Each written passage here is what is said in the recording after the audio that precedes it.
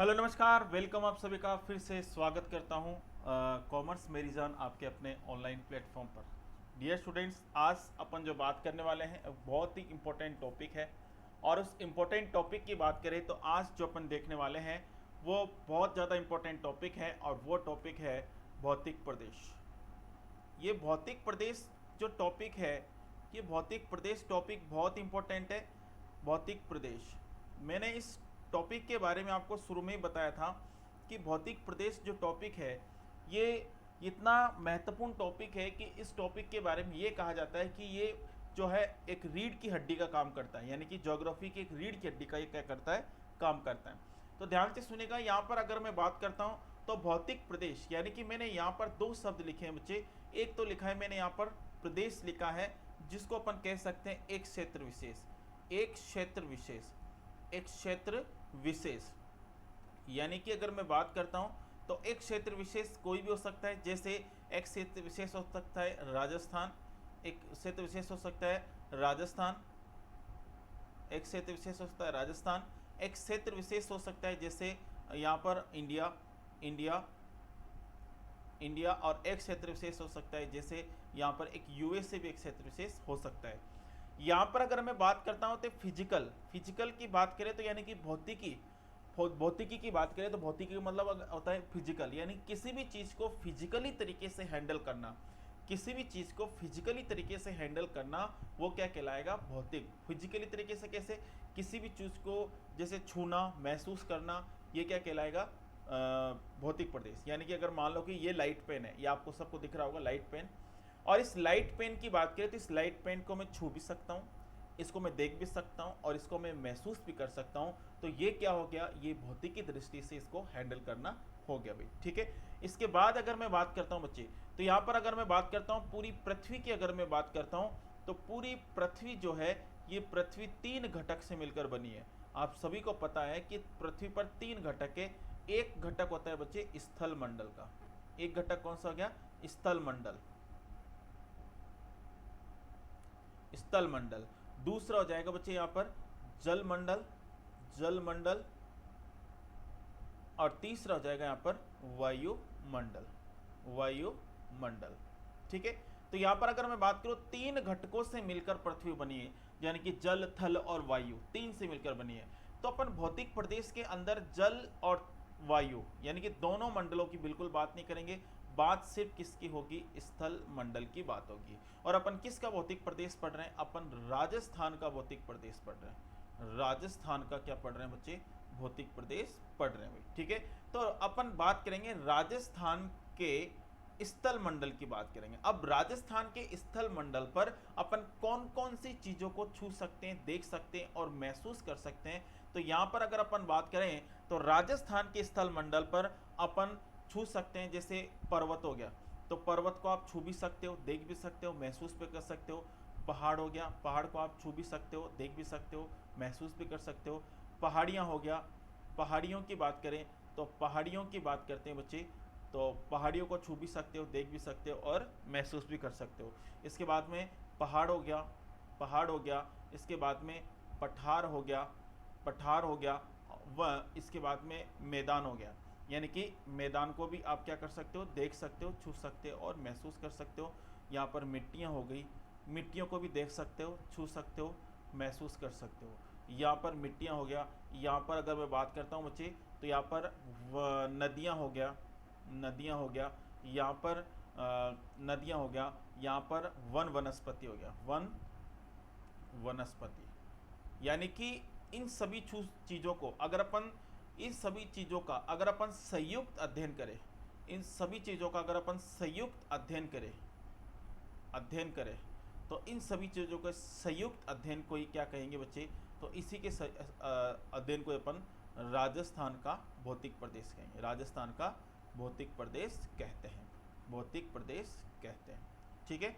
ये आपको पता होना चाहिए, ठीक है। अब यहाँ पर अगर अपन बात करते हैं तो देखो यहाँ पर एक डेफिनेशन तैयार होती है कि राजस्थान के स्थल मंडल, राजस्थान के स्थल मंडल पर स्थित पर्वत, पहाड़, पहाड़ियाँ, पठार, मैदान मिट्टियाँ, नदियाँ व वन वनस्पति के संयुक्त अध्ययन को ही क्या कहेंगे अपन, संयुक्त अध्ययन को क्या कहेंगे, राजस्थान का भौतिक प्रदेश। तो यहाँ पर एक परिभाषा मैं आपके सामने लिख रहा हूँ कि राजस्थान के भौतिक प्रदेश की, राजस्थान का भौतिक प्रदेश,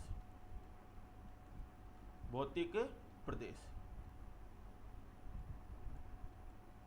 राजस्थान का भौतिक प्रदेश। इसकी परिभाषा जब अपन लिखते हैं, इसकी परिभाषा जब अपन लिखते हैं तो यहां पर अपन लिखते हैं कि राजस्थान के स्थल मंडल, राजस्थान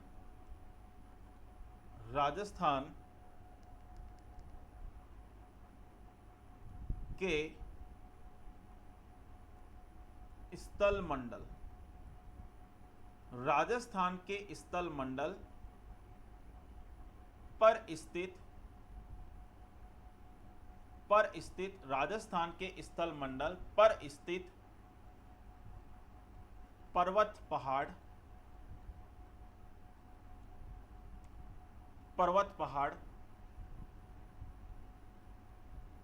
पहाड़ियां,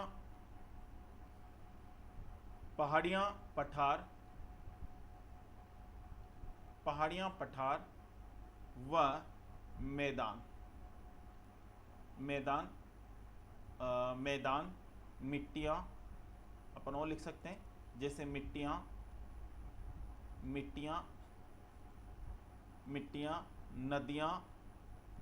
नदियाँ व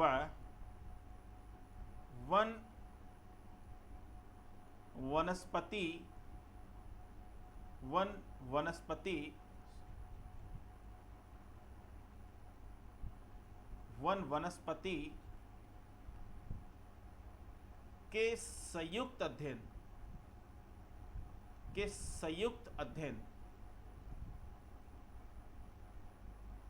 को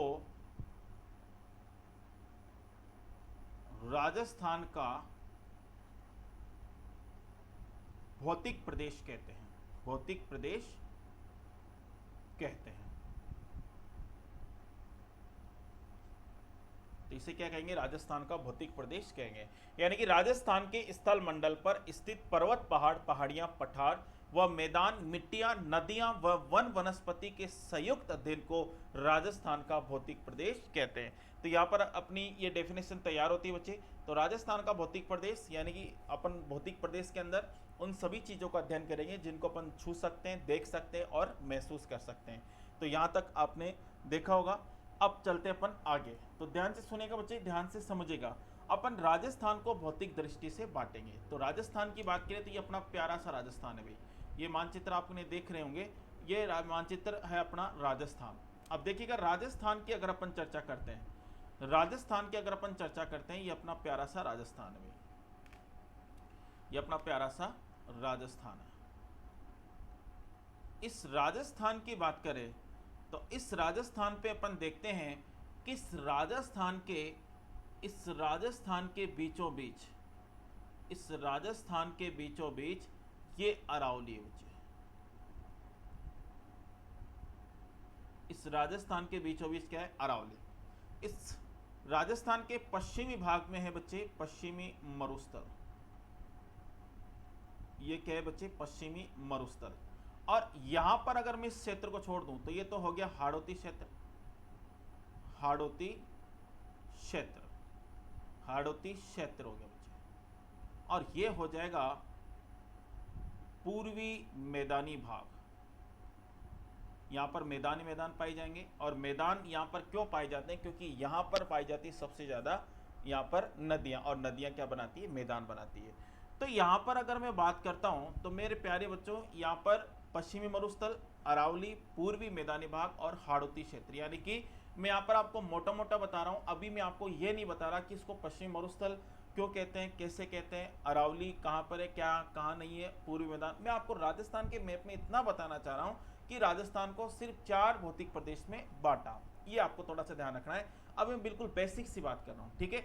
अब मैं यहाँ पर अगर अपन चर्चा करते हैं तो यहाँ पर ध्यान से सुनेगा। एक छोटी सी बात मैं समझा देता हूँ, क्योंकि ये अभी मैं इसको 4 भागों में बांटूंगा। तो इससे पहले अपन को थोड़ी सी एक बात समझनी होगी, और वो बात क्या है बच्चे, ध्यान से समझो। ये थोड़ी सी बात अपन को यहाँ पर समझनी होगी, और वो बात क्या है आप ध्यान से समझिएगा। वो बात है कि बहुत बार ऐसे होता है कि स्टूडेंट पूरी ज्योग्राफी पढ़ लेता है, लेकिन स्टूडेंट को एक बात समझ में नहीं आती कि पर्वत किसे कहते हैं। जो पर्वत है ये पर्वत किसे कहते हैं, स्टूडेंट को ये पता नहीं होता। पहाड़ किसे कहते हैं, पर्वत पहाड़, पहाड़ियां, पठार, पर्वत पहाड़, पहाड़ियां पठार व मैदान। मैदान में अंतर। तो पर्वत पहाड़ पहाड़ियां मैदान में अंतर, ठीक है भाई।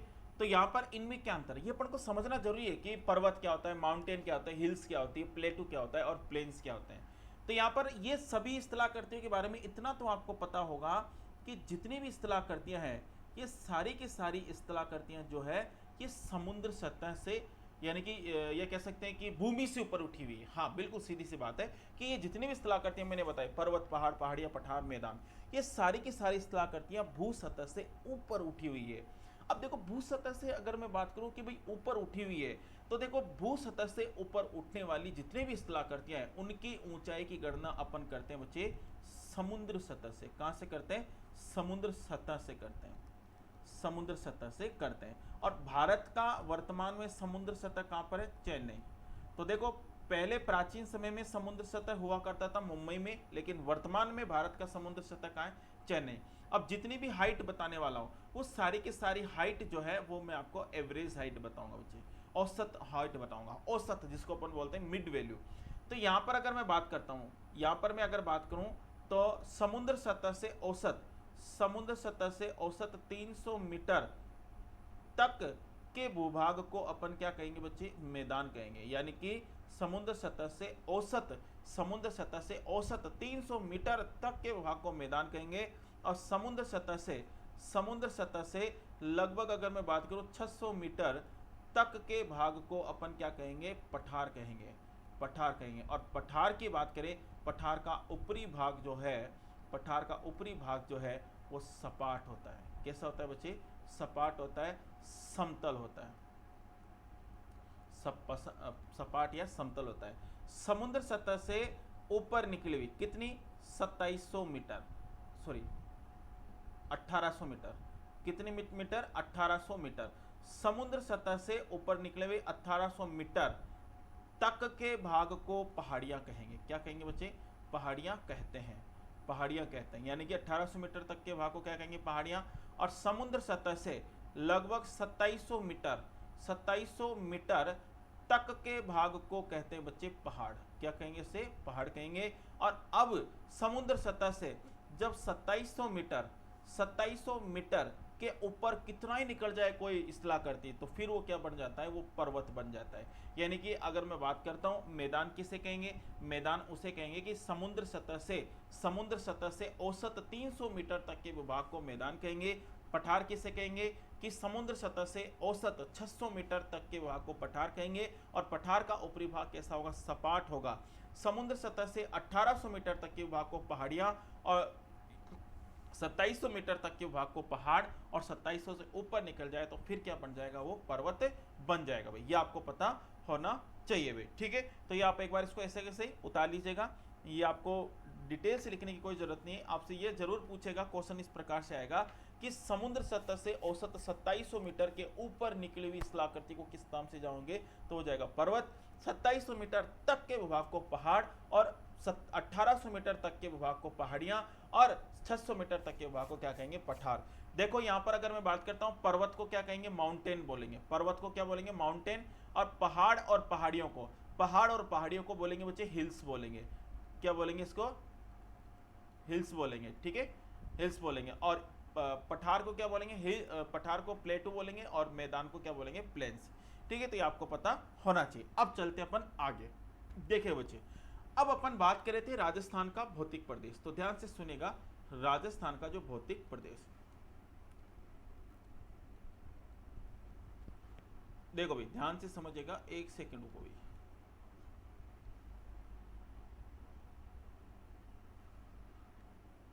देखो भाई राजस्थान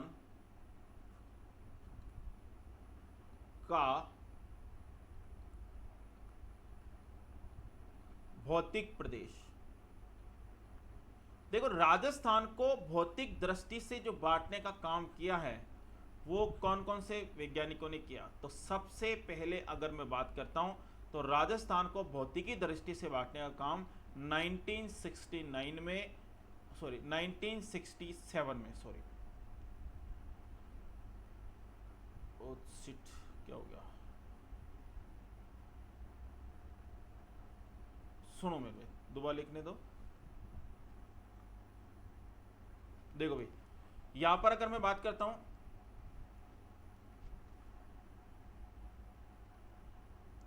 देखिएगा भाई,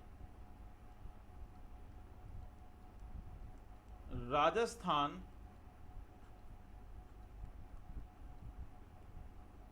का भौतिक प्रदेश, भौतिक वर्गीकरण, ऐसे लिखते हैं अपन, वर्गीकरण। देखो, राजस्थान को भौतिक दृष्टि से जो बांटा, यानी कि भौतिकी दृष्टि से जो वर्गीकरण किया, वो राजस्थान को भौतिकी दृष्टि से जो वर्गीकृत किया वो 1967 में एक व्यक्ति आया, सबसे पहले doctor VC Mishra. VC Mishra, doctor VC Mishra ने राजस्थान को वर्गीकृत किया सबसे पहले, और राजस्थान के 7 भाग बताए। राजस्थान के कितने भाग बताए? 7 भाग राजस्थान के बताए इसने। और वर्तमान की बात करें तो वर्तमान में हम इनको नहीं पढ़ते। अब जब इनको पढ़ते नहीं है तो फिर अपन को इनके बारे में जानने की कोई ज़्यादा जरूरी भी नहीं है, और एग्जाम में यहाँ से कोई क्वेश्चन आता भी नहीं है। सिर्फ इतना सा ध्यान रखना है कि सबसे पहले राजस्थान को भौतिकी दृष्टि से किस व्यक्ति ने बांटा? तो डॉक्टर वीसी मिश्रा ने 1967 में। अब देखिएगा बच्चे यहाँ पर, अब अपन आगे बढ़ते हैं। फिर उसके बाद में एक व्यक्ति आया 1971 में, और उस व्यक्ति की बात करें तो डॉक्टर रामलोचन शर्मा। डॉक्टर रामलोचन शर्मा की बात करें तो डॉक्टर रामलोचन शर्मा 1971 में आया, और इसने राजस्थान को 4 भागों में बांटा। राजस्थान को कितने भागों में बांटा? 4 भागों में बांटा। मैं आपको बता देता हूं 4 भाग इसने कैसे कैसे माने। तो देखिएगा, ये अपना राजस्थान का मैप आप सभी को दिख रहा होगा। तो ये राजस्थान के बीचों बीच यहाँ पर है अरावली। राजस्थान के बीचों बीच क्या है बच्चे? अरावली। यहां पर हो जाएगा बच्चे पश्चिमी मरुस्थल। यहां पर हो जाएगा पूर्वी मैदानी भाग, और यहां पर हो जाएगा बच्चे हाड़ौती क्षेत्र। ठीक है, तो राजस्थान को जो बांटा गया वो राजस्थान को डॉक्टर रामलोचन शर्मा ने देखो कैसे बांटा। तो डॉक्टर रामलोचन शर्मा ने इसको 4 भागों में बांटा। कितने भागों में बांटा? 4 भागों में बांटा। अभी मैं डायरेक्ट 4 भाग लिख रहा हूं, लेकिन इसको 4 भागों में कैसे बांटा वो भी मैं आपको आगे थोड़ा सा समझा दूंगा। तो यहां पर देखिए, पहला भौतिक प्रदेश यहां पर बनाया पश्चिमी मरुस्थल। अभी मैं आपको बताऊंगा पश्चिमी मरुस्थल प्रदेश। अभी मैं आपको बताऊंगा कि पश्चिमी मरुस्थल प्रदेश को किस आधार पर बांटा। और दूसरा यहां पर है बच्चे अरावली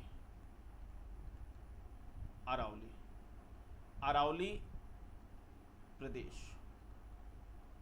और इसके बाद तीसरा प्रदेश माना बच्चे यहां पर हाड़ौती क्षेत्र,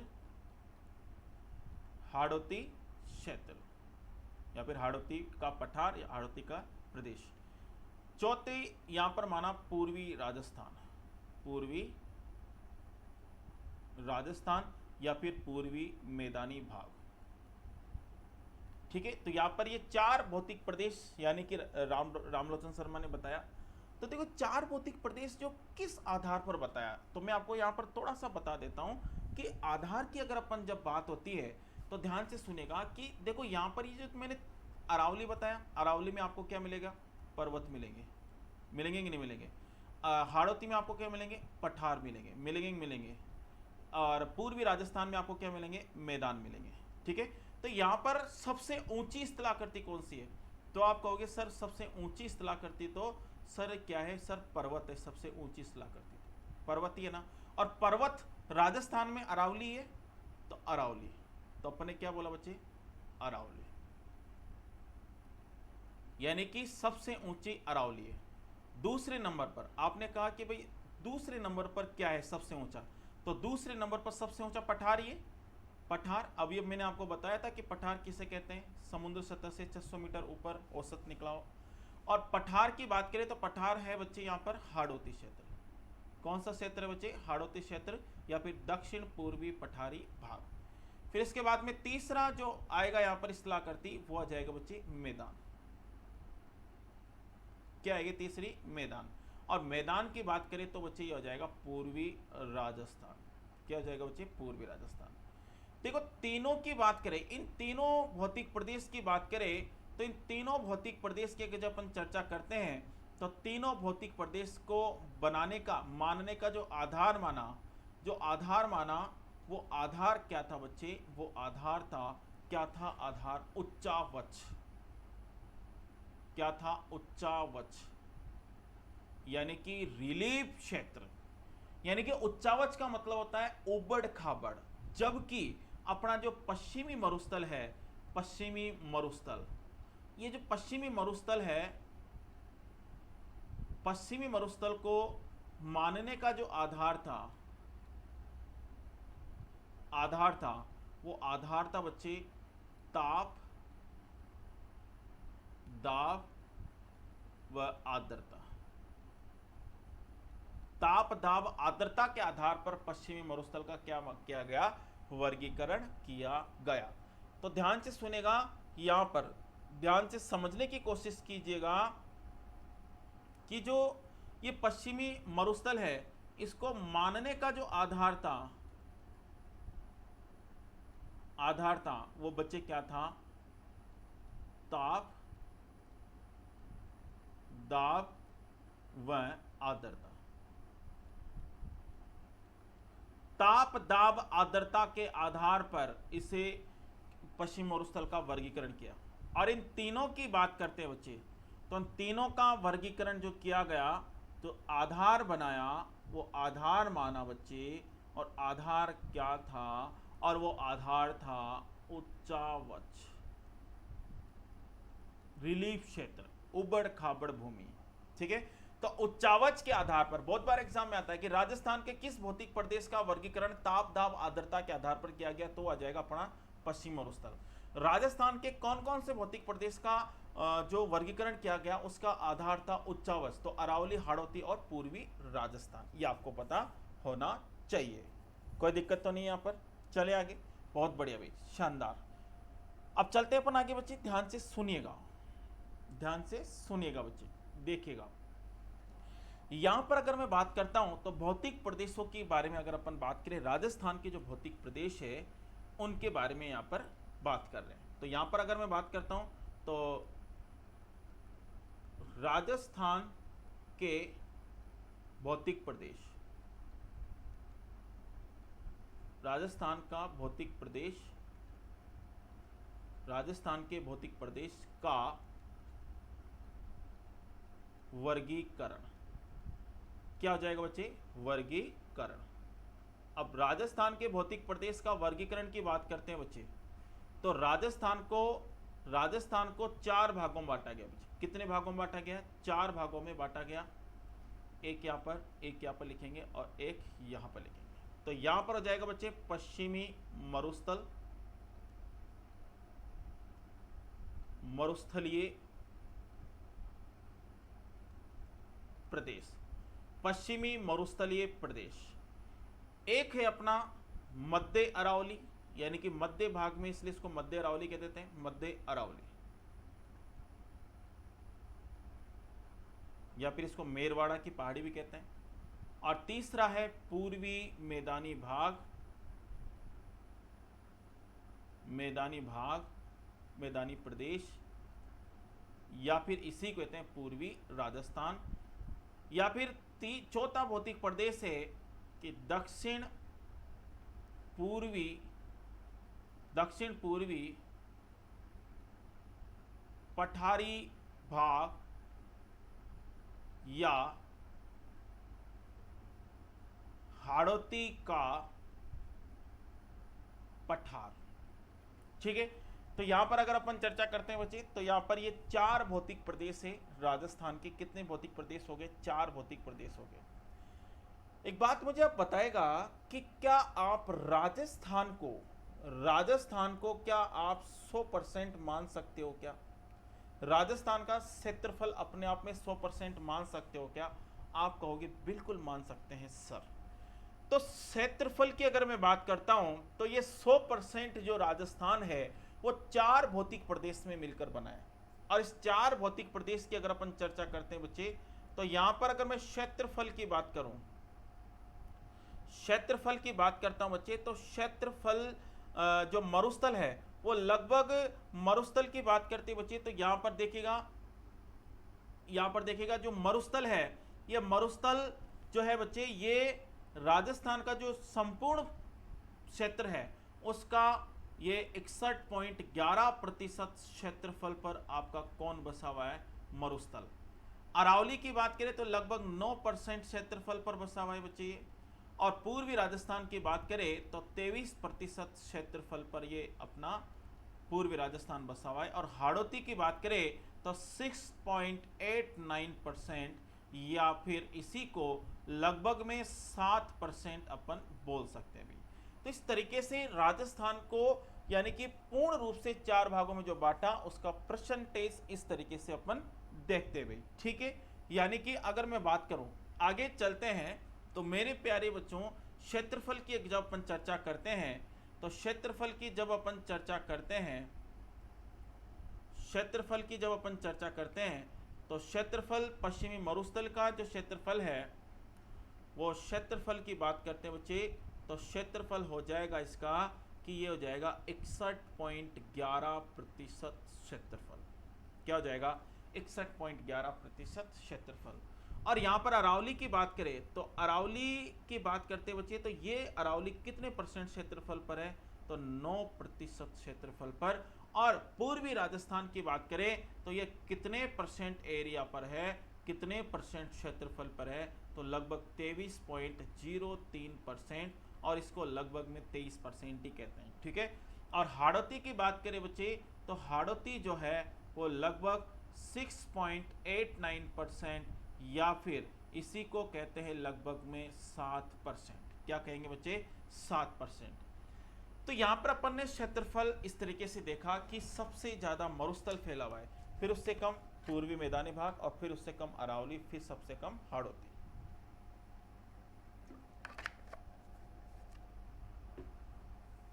ये अपन ने देखा। अगर मैं मरुस्थल की बात करूं तो मरुस्थल जो है वो राजस्थान का लगभग 2/3 वाला भाग है, 2/3 भाग है, ये अपन देख सकते हैं यहाँ पर। और यहाँ पर अगर मैं जनसंख्या की बात करूं, पॉपुलेशन की बात करूं बच्चे, तो मरुस्थल में लगभग 40% जनसंख्या निवास करती है। कितने परसेंट जनसंख्या निवास करती है?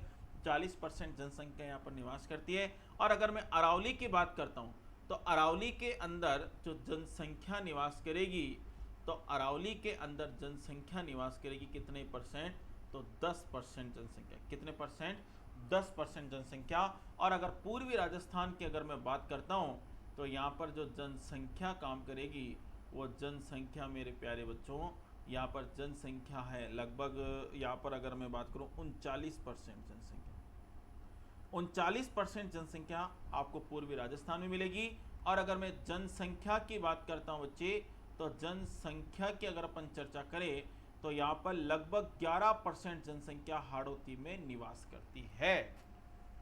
ये बात समझ में आई कि नहीं आई? आ गई होगी, बहुत बढ़िया भाई, शानदार।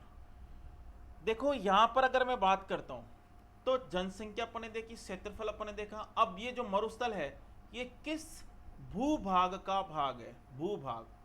तो अगर मैं भूभाग की बात करता हूँ, भूभाग की अगर मैं बात करूँ, तो आप सभी को पता है कि मरुस्थल 33 सागर का भाग है। और आप जब पहली क्लास आपने परिचय की देखी होगी तो 33 सागर, अपन ने वहां पर इसके बारे में चर्चा करी थी, 33 सागर का। तो 33 सागर का भाग कौन है? मरुस्थल। अरावली किसका भाग है बच्चे? तो यह है गोंडवाना लैंड का। किसका भाग है भाई? गोंडवाना लैंड का भूभाग है। और यहां पर अगर मैं बात करूं तो यहां पर पूर्वी राजस्थान जो है वो 33 सागर का भाग है भाई। कौन सा भाग है? 33 सागर का भाग।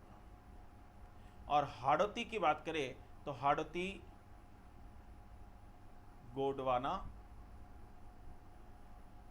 लैंड का भूभाग है। और यहां पर अपन ने यह भी देखा था कि मरुस्थल जो है, ये मरुस्थल मेरे प्यारे बच्चों, मरुस्थल एक नवीन भौतिक प्रदेश है। नवीन भौतिक प्रदेश, नवीन भौतिक प्रदेश। तो मरुस्थल क्या है भाई? नवीन भौतिक प्रदेश है।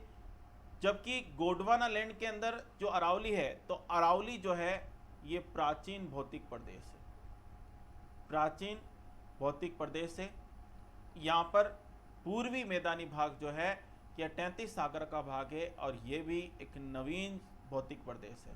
तो बहुत बार एग्जाम में आता है कि निम्न में से कौन कौन सा नवीन भौतिक प्रदेश है और या फिर प्राचीन भौतिक प्रदेश। तो ये कैसा है बच्चे? ये प्राचीन भौतिक प्रदेश है। प्राचीन भौतिक प्रदेश है। इसके बाद अगर मैं बात करूं पश्चिमी मरुस्थल की, तो पश्चिमी मरुस्थल का जो निर्माण हुआ, ये निर्माण की बात करते बच्चे, तो निर्माण कौन से काल में हुआ? तो काल की अगर आपसे पूछा जाए तो पश्चिमी मरुस्थल का निर्माण हुआ था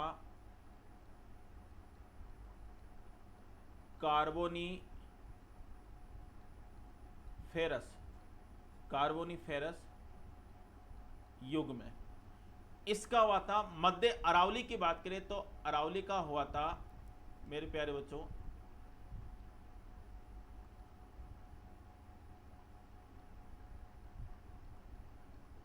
प्री कैम्ब्रियन काल में हुआ था। और यहां पर अगर मैं बात करूं पूर्वी राजस्थान की बात करें तो पूर्वी राजस्थान का हुआ था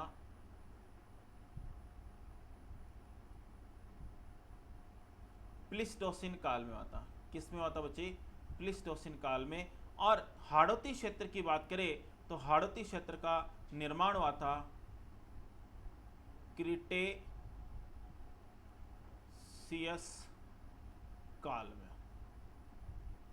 क्रिटेशियस काल में हुआ था। किस काल में हुआ था? क्रिटेशियस काल में हुआ था। तो अपन ने क्षेत्रफल देखा, जनसंख्या देखी, भूभाग देखा, निर्माण काल देखा। और यहाँ पर अगर मैं बात करूँ तो पश्चिमी मरुस्थल की बात करते हैं तो यहाँ पर मिट्टी कौन सी पाई जाएगी? तो अपन बता सकते हैं कि भाई यहाँ पर मिट्टी पाई जाएगी, में मरुस्थल है तो रेतीली मिट्टी पाई जाएगी, रेतीली मृदा। या फिर अरावली की बात करें तो अरावली के अंदर पर्वतीय मृदा या फिर इसी को कहते हैं वनीय मृदा। या फिर पूर्वी राजस्थान में जलोढ़ मृदा पाई जाएगी, जलोढ़ मृदा। और हाड़ौती के अंदर पाई जाएगी बच्चे काली मृदा, जिसको बर्टिसोल बोलते हैं, काली मृदा। तो यहां पर अगर मैं बात करता हूं तो मिट्टियां देख ली अपन ने, निर्माण काल देख लिया और ये सब चीजें अपन ने यहां पर देखी है भी। इसी के साथ अगर मैं बात करता हूं तो जलवायु की बात करते हैं। तो देखो भाई, तो मरुस्थल की बात करें तो मरुस्थल में जो जलवायु पाई जाएगी वो कौन कौन सी? शुष्क और अर्ध शुष्क।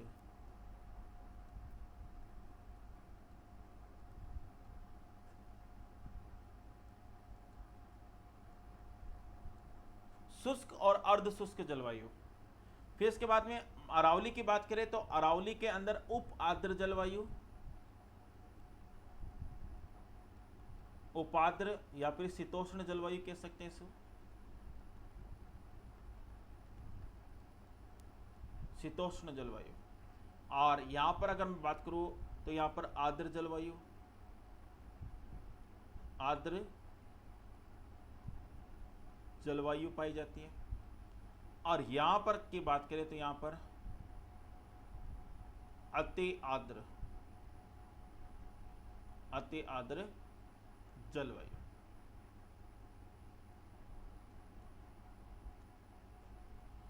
तो इस तरीके से यहां पर जलवायु देखी, मिट्टी देखी, निर्माण काल देखा, भूभाग देखा, जनसंख्या और क्षेत्रफल। तो अपन एक तरीके से इसको देखा है बच्चे। अब अपन इसको एक एक भौतिक प्रदेश को अपन यहाँ पर पढ़ने वाले हैं। सबसे पहले मरुस्थल को पढ़ेंगे, फिर मध्य अरावली को पढ़ेंगे, फिर पूर्वी राजस्थान को पढ़ेंगे और फिर यहाँ पर दक्षिण पूर्वी पठारी भाग को पढ़ेंगे। ठीक है, तो इस तरीके से अपन इसको कंप्लीट पढ़ने वाले बच्चे।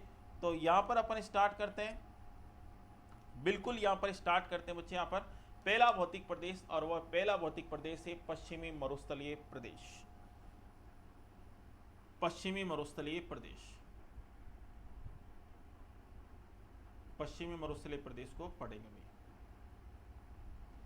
तो देखो यहां पर अगर मैं चर्चा करता हूं तो जैसे ही अपना राजस्थान आपको दिख रहा होगा, और इस राजस्थान की अगर अपन चर्चा करते हैं बच्चे, तो इस राजस्थान के मैप में अपन ये देख रहे होंगे कि सर बीच में यहां पर अरावली है।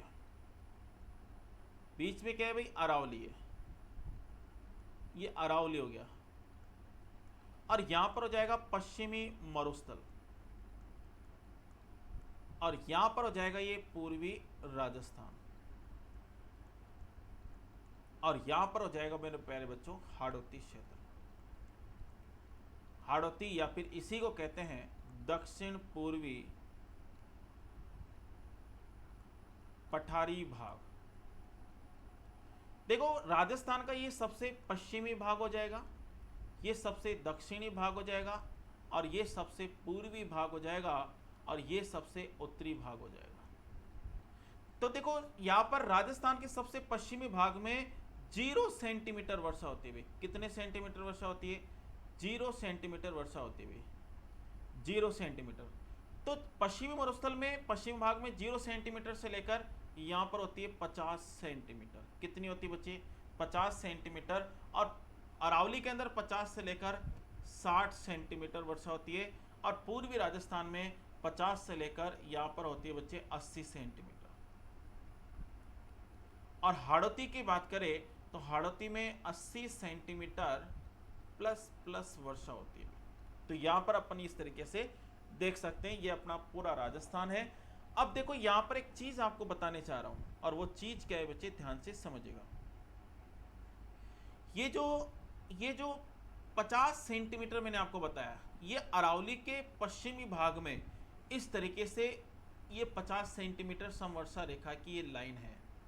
और ये जो 50 सेंटीमीटर समवर्षा रेखा है बच्चे, 50 सेंटीमीटर समवर्षा, तो 50 सेंटीमीटर समवर्षा रेखा अपने जो राजस्थान है, राजस्थान को 2 भागों में बांट रही है। भागों में बांटती है। तो राजस्थान को 2 भागों में बांटने वाली समवर्षा रेखा कौन सी हो गई? 50 सेंटीमीटर समवर्षा रेखा। ठीक है, और इसी के साथ अगर मैं बात करूं तो ये जो मरुस्थल है, मरुस्थल में कितनी वर्षा हो रही है? 0 से लेकर 50, और 0 से लेकर 50 सेंटीमीटर वर्षा यहाँ पर हो रही है। लेकिन मरुस्थल को भी 2 भागों में बांटा गया। मरुस्थल को कितने भागों में बांटा गया? 2 भागों में। और मरुस्थल को 2 समान भागों में बांटने वाली समवर्षा रेखा हो गई 25 सेंटीमीटर समवर्षा रेखा। समवर्षा। तो यहां पर आपको ध्यान रखना है कि 25 सेंटीमीटर समवर्षा रेखा मरुस्थल को 2 भागों में बांटती है। मरुस्थल को 2 भागों में बांटती है। तो मरुस्थल को 2 समान भागों में 25 सेंटीमीटर समवर्षा रेखा बांटती है। भी आपसे ये पूछा जाए तो यहां पर इस वाले भाग में 0 से लेकर 25 सेंटीमीटर समवर्षा रेखा, और यहां पर 25 से लेकर 50 सेंटीमीटर समवर्षा रेखा। तो इस वाले भाग को शुष्क कहेंगे, सबसे ज्यादा शुष्कता यहीं पर रहेगी क्योंकि बारिश कम है, और इसे कहेंगे अर्ध शुष्क। अर्ध शुष्क। चलते हैं, स्टार्ट करते हैं। ये सब बातें मैं अभी अपन बात करेंगे। तो यहाँ पर अगर अपन चर्चा करें तो पहला भौतिक प्रदेश अपन पढ़ने जा रहे हैं बच्चे, और पहला भौतिक प्रदेश है पश्चिमी मरुस्थलीय प्रदेश। पश्चिमी मरुस्थलीय प्रदेश, पश्चिमी मरुस्थलीय प्रदेश। देखो पश्चिमी मरुस्थलीय प्रदेश की बात करते हैं, देखो ध्यान से सुनेगा। पश्चिमी मरुस्थलीय प्रदेश की अपन चर्चा करते हैं मेरे प्यारे बच्चों। तो पश्चिमी मरुस्थलीय प्रदेश जो है ये राजस्थान का सबसे बड़ा भौतिक प्रदेश है। राजस्थान का सबसे बड़ा भौतिक प्रदेश कौन सा हो जाएगा? पश्चिमी मरुस्थल। तो यहां पर अपन एक बात लिख सकते हैं कि ये जो है राजस्थान का सबसे बड़ा भौतिक प्रदेश। तो राजस्थान का सबसे बड़ा भौतिक प्रदेश पश्चिमी मरुस्थल है। मरुस्थल है, शॉर्ट में लिख दिया मैंने, मरुस्थल है ना। यहां पर अगर अपन बात करें तो इस पश्चिमी मरुस्थल का जो निर्माण हुआ, वो निर्माण अगर आपसे पूछे तो मेरे प्यारे बच्चों इसका निर्माण आपको बताना है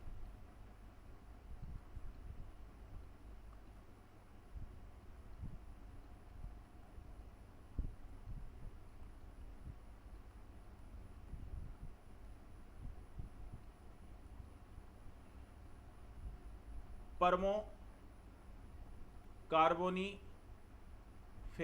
युग में। तो परमो कार्बोनीफेरस युग में इस मरुस्थल का क्या होता है? निर्माण होता है। इसके बाद में यहां पर अगर अपन बात करें तो किस भूभाग का भाग है? तो भूभाग की बात करते हैं तो 33 सागर का भूभाग है बच्चे, 33 सागर।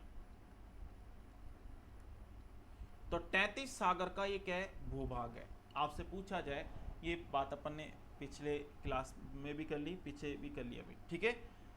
इसके बाद यहाँ पर अगर अपन चर्चा करते हैं मेरे प्यारे बच्चों, तो यहाँ पर एक शब्द अपन पढ़ने जा रहे हैं। यहाँ पर एक शब्द है, जैसे क्या है? मरुस्थल। ये मरुस्थल क्या है बच्चे? मरुस्थल क्या है? अब मरुस्थल की बात करें, डेजर्ट की बात करें बच्चे, तो बहुत सारे विद्वानों ने डेजर्ट को परिभाषित किया है।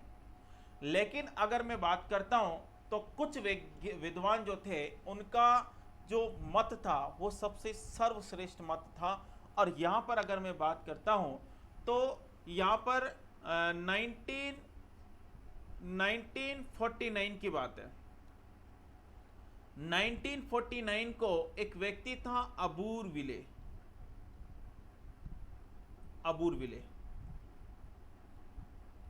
अबूरविले नामक व्यक्ति ने कहा कि अबूरविले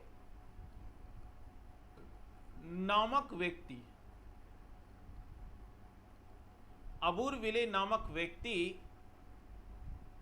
ने कहा कि उसने कहा कि भूमि का ह्रास होना है। उसने कहा कि भूमि का ह्रास होना ही मरुस्थल कहलाता है। मरुस्थल कहलाता है। तो भूमि का ह्रास होना ही क्या कहलाता है बच्चे? मरुस्थल कहलाता है। या फिर एक व्यक्ति और था, और उस व्यक्ति की अगर अपन चर्चा करते हैं तो एक व्यक्ति और था, और उस व्यक्ति की बात करें तो 1991 की बात है बच्चे, 1991 की बात है। और यहां पर एक व्यक्ति था ड्रैगन महोदय की बात करें तो ड्रैगन महोदय की अगर अपन चर्चा करते हैं तो ड्रैगन महोदय की बात करें बच्चे, तो ड्रैगन महोदय के अनुसार ड्रैगन महोदय के अनुसार भूमि में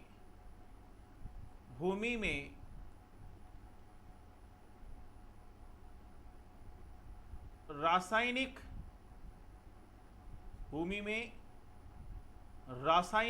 तत्वों की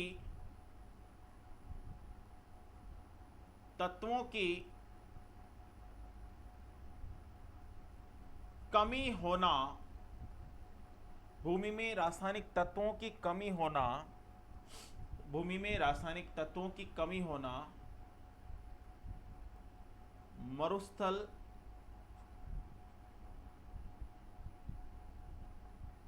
कहलाता है। ठीक है, तो यहां पर अपन ने कुछ डेफिनेशंस देखी कि अब्बूर विले के अनुसार भूमि का ह्रास होना ही मरुस्थल कहलाता है। ड्रैगन महोदय के अनुसार भूमि में रासायनिक तत्वों की कमी होना ही क्या कहलाएगा? मरुस्थल कहलाएगा। ये बात अपन ने यहां पर की है भाई। ठीक है, तो यहां तक एक बार आप उतारिएगा, फिर अपन आगे बढ़ते हैं बच्चे। बहुत बढ़िया।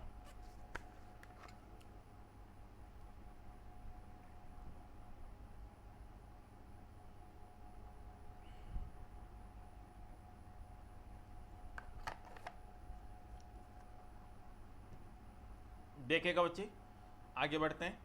और यहां पर अगर अपन चर्चा करते हैं, यहां पर अगर अपन चर्चा करें तो देखिएगा, यहां पर आपने उतार लिया होगा। चलते हैं आगे। तो यहां पर अगर मैं भाग की बात करता हूं, देखो बहुत बार एक क्वेश्चन और पूछ लिया जाता है, और वो क्वेश्चन क्या है बच्चे कि भाग, ये जो अपना मरुस्थल है, जो अपना थार का मरुस्थल है, ये एक बहुत बड़े मरुस्थल का भाग है। और इस बहुत बड़े मरुस्थल की बात करें तो उस बहुत बड़े मरुस्थल को कहते हैं बच्चे ग्रेट आर्कटिक पैलियो अफ्रीकन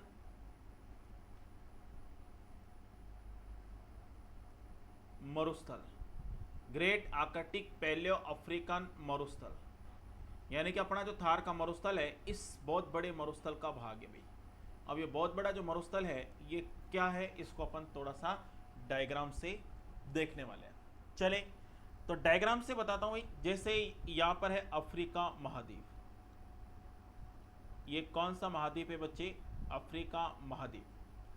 और अफ्रीका महाद्वीप यहां पर इस तरीके से है, मान लो कि ये अफ्रीका महाद्वीप है और ये अरेबियन कंट्रीज है। और यहां पर अगर मैं चर्चा करूं तो ये अपना प्यारा सा भारत आ जाएगा, ये अपना प्यारा सा भारत आ गया यहां पर इस तरीके से। तो ये अरब देश है, यहां पर जितने भी अरब देश है, अरब देश, ये अपना भारत। और यहां पर अपन चर्चा करें तो ये आ जाएगा पाकिस्तान।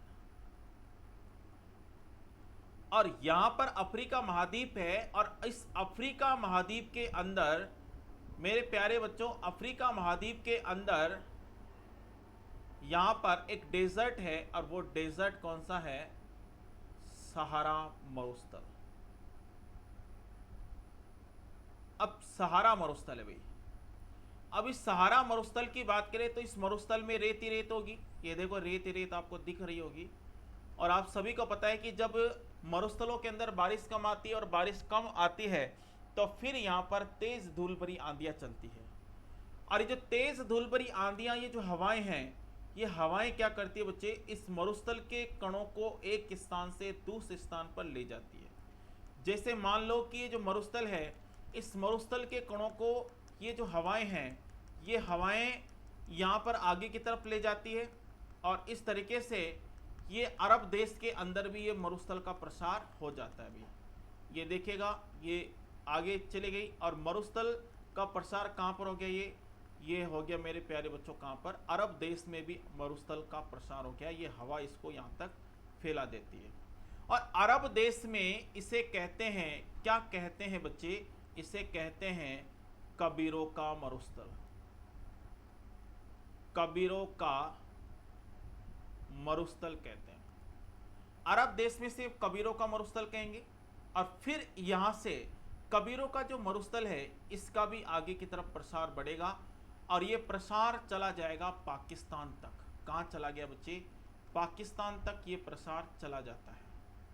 और जब पाकिस्तान तक ये प्रसार जाता है तो मेरे प्यारे बच्चों यहां पर कहा जाता है इसको चोलिस्तान का मरुस्थल, चोलिस्तान का मरुस्थल। तो पाकिस्तान में इस मरुस्थल को क्या कहा जाता है? चोलिस्तान का मरुस्थल कहा जाता है। ठीक है, पाकिस्तान में क्या कहा जाता है? इसे चोलिस्तान का मरुस्थल कहा जाता है। इसके बाद देखो भारत की अगर अपन बात करें तो भारत की संरचना ऐसे बनी है भाई। यहां पर है विंध्याचल पर्वतमाला, इस प्रकार से। ये कौन सी पर्वतमाला है भाई? विंध्याचल। ये कौन सी पर्वतमाला है? विंध्याचल। ये है बच्चे हिमालय। ये कौन सा है बच्चे? हिमालय। हिमालय। और यहां पर अगर अपन चर्चा करें तो ये हो जाएगा बच्चे अरावली। अब देखो यहां पर ये मरुस्थल, चोलिस्तान का मरुस्थल पाकिस्तान में, और ये पाकिस्तान से भी ये मरुस्थल आता है भाई भारत के अंदर आता है, लेकिन भारत में गुजरात के अंदर प्रवेश करता है। गुजरात के बाद में भारत के अंदर ये राजस्थान में, हरियाणा में और पंजाब में। अब देखो भारत के अंदर ये जो मरुस्थल है, इस मरुस्थल को दक्षिण की तरफ विंध्याचल पर्वतमाला नहीं जाने देगी, उत्तर की तरफ हिमालय नहीं जाने देगा, और इधर पूर्व की तरफ अरावली नहीं जाने देगी। इसको यहीं पर इसका एक प्रसार बना दिया। और यहां पर हो जाएगा गुजरात। ये गुजरात हो गया बच्चे। यहां पर राजस्थान हो गया बच्चे। यहां पर हरियाणा हो गया बच्चे, और यहां पर हो जाएगा पंजाब, यानी कि यहां पर विस्तृत है। और यहां से अफ्रीका से लगाकर राजस्थान तक ये जो मरुस्थल फैला हुआ है, इसी को कहते हैं मेरे प्यारे बच्चों ग्रेट आर्कटिक पैलियो अफ्रीकन मरुस्थल। यानी कि ग्रेट आर्कटिक पैलियो अफ्रीकन जो मरुस्थल है, ये अगर मैं बात करता हूं तो ये भारत की बात करें तो भारत का जो थार का मरुस्थल है वो इसी का भाग माना गया है। ये आपको ध्यान रखना है भी। ठीक है, रख लोगे। अब देखेगा यहां पर सबसे इंपॉर्टेंट बात ये निकल कर आती है बच्चे, और क्या निकल कर आती है ध्यान से समझिएगा। देखिएगा यहां पर मैं एक शब्द यहां पर लिख रहा हूं बच्चे। देखो भारत में इसको किस नाम से जानते हैं? भारत में इसको बोलते हैं थार का मरुस्थल। थार का मरुस्थल क्या बोलते हैं इसको? थार का मरुस्थल कहते हैं। ठीक है, अब देखो थार का जो मरुस्थल है ये आप उतार लीजिएगा इसको ऐसे कैसे। थार का मरुस्थल भारत में इसको क्या बोलते हैं? थार का मरुस्थल कहते हैं। अब चलते हैं आगे, देखिएगा भाई यहां पर ध्यान से समझिएगा। ये जो थार का मरुस्थल है, इस थार के मरुस्थल के भी प्रसार की अपन चर्चा करेंगे। ये जो थार का मरुस्थल है, ये जो थार का मरुस्थल है, थार का मरुस्थल, और थार का जो मरुस्थल है बच्चे, इस थार के मरुस्थल की अगर अपन चर्चा करें तो थार का मरुस्थल अपने आप में कितना परसेंट हो सकता है? 100%। कितना परसेंट हो सकता है? 100%। और इस थार के मरुस्थल की अगर अपन चर्चा करते हैं तो ये जो थार का मरुस्थल है ये दो देशों के अंदर फैला हुआ है। एक तो फैला हुआ है पाकिस्तान में, एक फैला हुआ है बच्चे यहां पर भारत में। भारत में 85% थार का मरुस्थल है और पाकिस्तान में 15% है बच्चे। पाकिस्तान में इसको कहा जाता है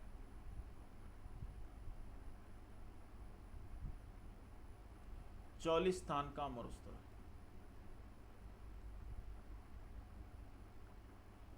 पाकिस्तान में इसको क्या कहा जाता है? चोलिस्तान का मरुस्थल कहा जाता है। ठीक है, इसके बाद में भारत में इसको क्या कहा जाता है? थार का मरुस्थल।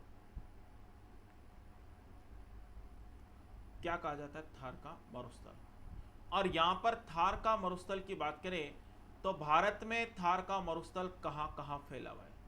तो भारत की अगर मैं चर्चा करूं तो भारत में फैला हुआ है बच्चे गुजरात के अंदर। भारत में फैला हुआ है मेरे प्यारे बच्चे यहां पर राजस्थान में। और भारत में फैला हुआ है मेरे प्यारे बच्चे हरियाणा में। और भारत में फैला हुआ है बच्चे पंजाब में। अभी जो 85 है इसका 58% तो अपने राजस्थान में है, 13% गुजरात के अंदर है बच्चे। और हरियाणा की बात करें तो यहाँ पर 6% है और 8% अपने पंजाब के अंदर है। तो इस तरीके से राजस्थान में ये मुख्य रूप से भी मुख्य भाग है इसका। राजस्थान में इसका क्या है बच्चे? मुख्य भाग है राजस्थान के अंदर।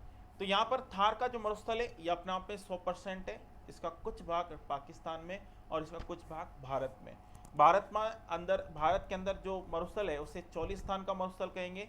और जो पाकिस्तान में जो मरुस्थल है उसे चोलिस्तान का मरुस्थल और भारत में उसे कहेंगे थार का मरुस्थल।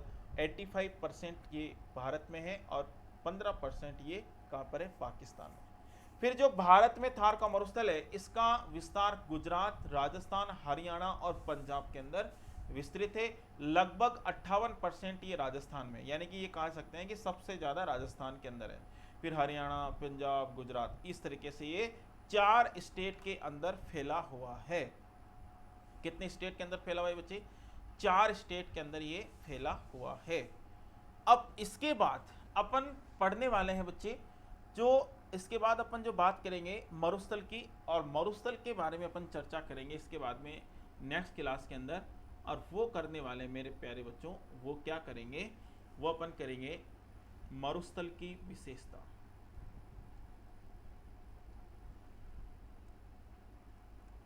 थार के मरुस्थल की विशेषता। थार के मरुस्थल की विशेषता ये अपन अगली क्लास में इसके बारे में चर्चा करेंगे कि थार का मरुस्थल जो है विश्व में इसकी क्या क्या इंपॉर्टेंस है। थार का मरुस्थल विश्व का सबसे सघन मरुस्थल है। यहाँ पर सबसे ज़्यादा जैव विविधता पाई जाती है। इस मरुस्थल की बात करें तो ये मरुस्थल के बारे में जितनी भी विशेषताएं वो सारी अपन नेक्स्ट क्लास में करने वाले हैं। तब तक के लिए मेरे प्यारे बच्चों जय हिंद, जय भारत। ठीक है, मिलते हैं अपन नेक्स्ट क्लास में। तब तक के लिए धन्यवाद।